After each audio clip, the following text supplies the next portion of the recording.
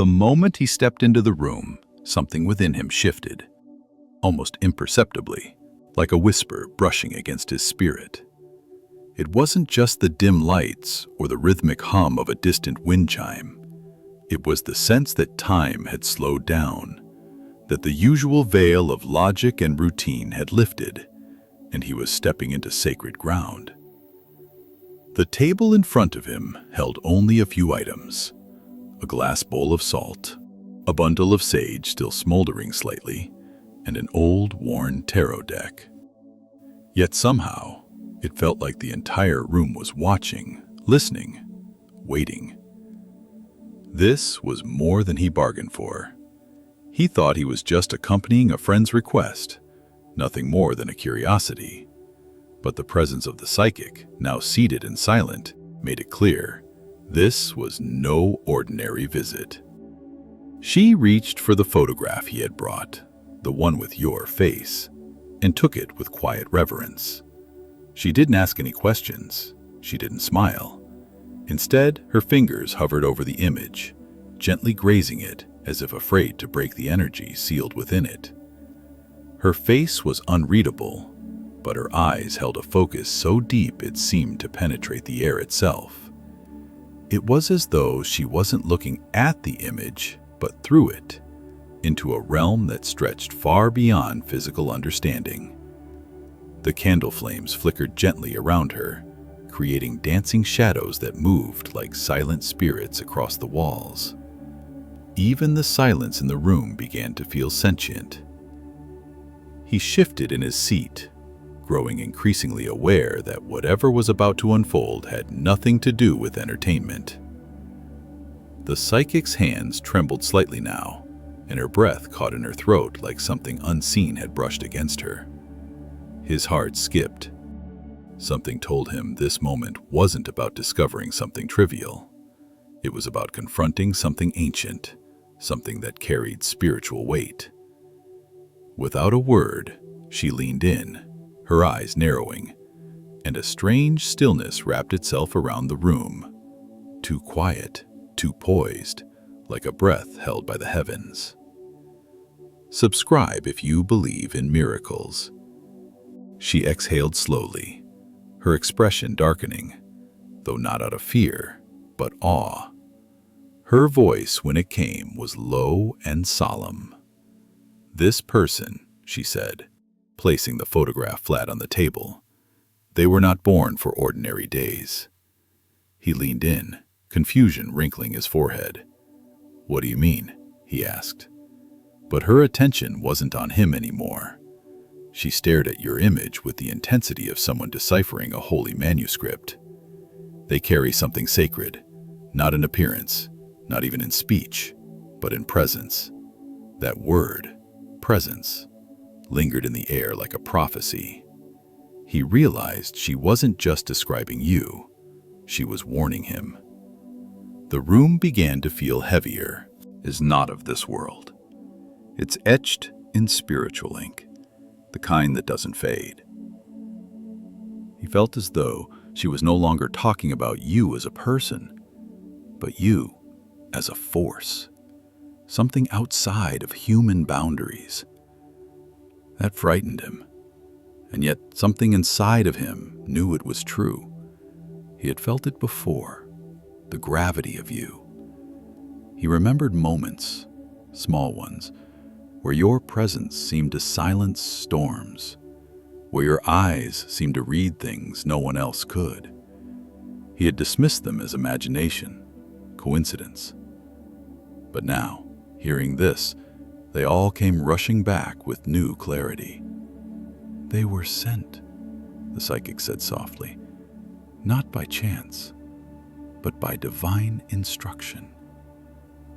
He could barely breathe. What did that even mean? Were you an angel? A messenger? A mirror of something greater than yourself? Share this if you love Jesus. Someone needs this message today. The chimes outside grew louder, though no wind moved.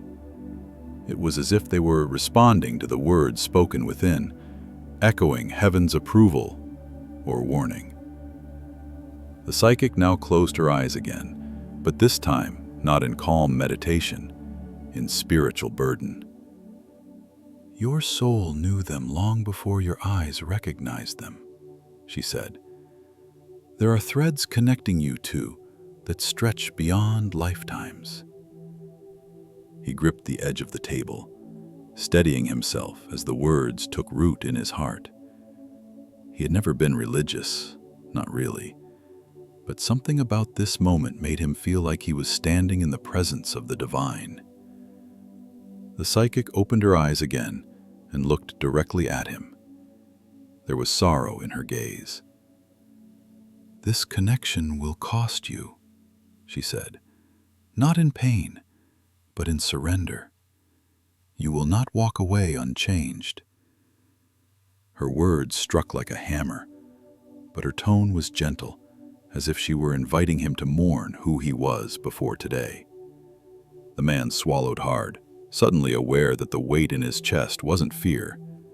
It was awakening. You were no longer a chapter in his story. You were the story God was trying to write through him. She slid the photo back across the table slowly, her fingers trembling. "Guard them," she whispered, "and guard your heart, because through them, your heart will be revealed." He took the photo, now feeling like it burned with meaning he hadn't understood just hours before, and in that instant, he realized something profound. This wasn't about a prediction. This was a preparation, a spiritual alignment. You weren't entering his life. You were unlocking it. Type Amen if you're grateful. Don't hide your faith. Comment now. He left the psychic's room with the photo still clutched. Spiritual. Divine. She hadn't warned him about danger. She had warned him about destiny. That night, he couldn't sleep. Your face kept appearing in his mind, but not as he had known you. Now there was a layer behind the familiar. A veil had been lifted. He began to replay every moment you had shared. The times your words comforted him when you didn't even know he was struggling. The way you seemed to notice pain before he even admitted it existed. Were those just human instincts? Or were they signs of something far greater working through you? The psychic had called you a vessel. Was it possible that God had sent you into his life for more than just companionship? He tried to dismiss it all, chalk it up to the drama of the moment, but his spirit wouldn't allow it. There was a pull toward you now that was unlike anything he had ever felt before. Not obsession, not fantasy, reverence. He realized that something about your presence called parts of him to attention, the parts he had buried, denied, or never even known existed. You were shining a light into his hidden self, and he didn't know whether to run from it or embrace it. That was when he remembered the psychic's final warning. Transformation is never easy. The next morning, he found himself standing in front of the mirror, not looking at his reflection, but through it. Who had he been before you entered his life? What wounds had he carefully tucked away, fearing they'd never heal? And how was it that your presence made them throb again? Not in pain, but in exposure, like wounds ready to be treated. You were disrupting the balance he had accepted for so long, but deep down, he knew that balance was never peace, it was numbness. And your presence was waking him up. He began noticing things in his daily routine, triggers, memories, emotional responses that felt amplified. Songs that reminded him of you would hit harder. Silence now felt louder. Even conversations with others felt shallow. It was as if a new depth had been opened within him. And now the shallow end of life no longer satisfied. He didn't want to return to surface-level comfort, not after experiencing this kind of awareness. He couldn't ignore what the psychic had said. They are in your life for a reason, but the journey will not be simple. In church that Sunday, the sermon was about divine encounters and spiritual assignments. The pastor spoke about people being placed in your life as mirrors of God's grace, messengers who walk with you through valleys, not for their sake, but for yours. It felt like the message was tailor-made for him, as if heaven had aligned that moment just to confirm what the psychic had revealed. 20s, but now words poured out of him like rivers long dammed up. Every sentence seemed to circle back to you, your impact, your presence, your mystery. He wrote not just about the psychic reading, but about the way he felt God drawing him closer to a deeper truth, one he had ignored for years. You were the catalyst, but the transformation belonged to him, and he was beginning to understand what that meant.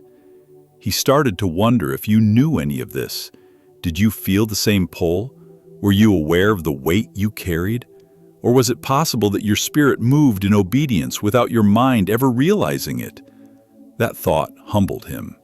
Perhaps your gift wasn't just your insight or warmth, but your spiritual surrender, your willingness to walk in divine alignment even if you couldn't explain it. He began to feel protective, not over you, but over the sacredness of the connection you shared. He wasn't sure where this would all lead, and for the first time in his life, he was okay with not knowing, because he had seen enough, felt enough, and heard enough to realize that this was not a journey he could define with logic. It had to be trusted. The psychic had called it ancient. The pastor called it divine. And he was starting to call it love, not as the world defines it, but as God writes it, with purpose, with trial, with glory. Type amen if you're grateful. Don't hide your faith. Comment now.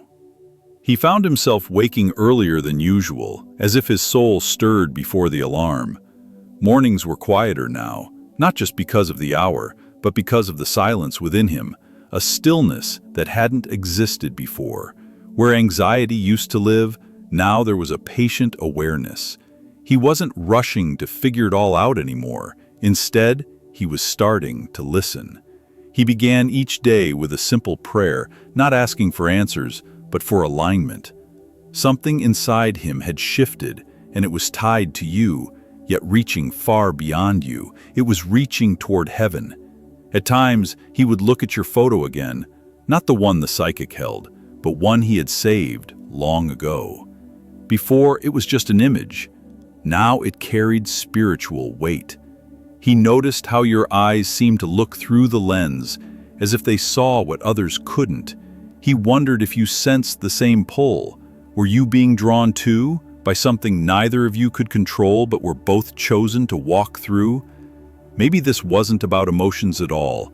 Maybe it was about assignments. Souls given to one another, not for pleasure, but for purpose. He began to realize that every meaningful connection in his life had prepared him for this one. The betrayals had softened his pride. The losses had taught him to value presence. The disappointments had carved out space for hope to live again.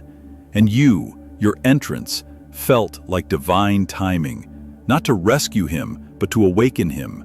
Subscribe if you believe in miracles. When he prayed now, it wasn't always with words. Sometimes it was with tears, or just a long, deep breath. He had stopped trying to impress God with eloquence. Now, he spoke from his soul. "If this is your plan," he would say, "then prepare me for it." He didn't ask God to make you stay. He asked for strength to walk the path, whether it led to union or separation, healing or revelation. That surrender, that letting go, felt like freedom. He wasn't clinging to the outcome. He was anchored in the purpose. He thought back to the psychic's warning, "Protect them, protect your heart." And he realized protection didn't mean possession. It meant reverence. It meant treating this connection like holy ground, walking barefoot around it, understanding that it was sacred, not because of what it gave him, but because of what it demanded of him. Faith, trust, and the willingness to be changed. You were still the same person he had always known, but now he saw you in your fullness, clothed in spiritual significance. There were nights he'd sit under the stars, thinking about the divine architecture of it all, how God weaves stories across time, stitching people into one another's lives like threads in a tapestry too grand for any human eye to comprehend.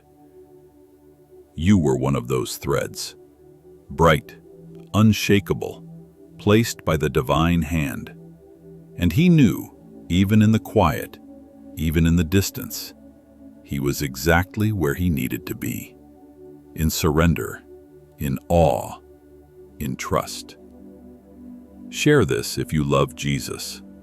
Someone needs this message today. The more he leaned into this awareness, the more his life began to change. Old habits started falling away, not because he forced them out, but because they no longer fit who he was becoming. He spent less time chasing things and more time cultivating peace. He spoke softer, listened deeper, and started walking through his days with intentionality. You were the spark, but God was the flame. And that fire was refining him, not into someone new, but into who he was always meant to be. He began praying for you, not because you needed it, but because he wanted to cover you in light. God, he'd whisper, bless their steps, even if they're not beside me. Use their life for glory. Guard their soul as they carry out your work. That prayer changed him. It took his love beyond earthly attachment. He didn't just want you, he wanted to honor you, and that distinction was holy. He saw now that love wasn't about holding on. Sometimes, love was about holding up. He no longer needed constant confirmation. The peace in his heart was enough.